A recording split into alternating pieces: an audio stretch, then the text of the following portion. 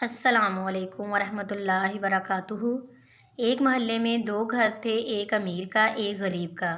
جو غریب تھے کبھی کبھی اس کے گھر ایسے حالات ہو جاتے کہ کھانے کے لیے کچھ نہ ہوتا، تو وہ غریب ماں اپنے بچے کو امیر کے گھر بھیجتی، کبھی سالن لیا کبھی روٹی لی، وہ دے دیتے۔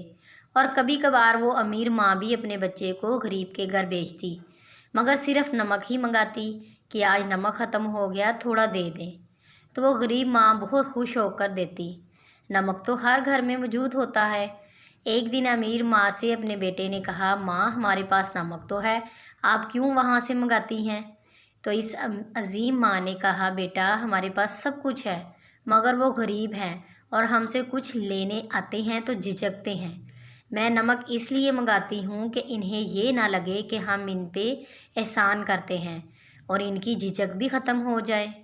اگر ہم اس کے گھر سے کچھ لیتے ہیں تو وہ بھی ہم سے لینے آتے ہیں، اور اس طرح سے ہمیں اپنی دولت پر انا بھی نہیں ہوگی۔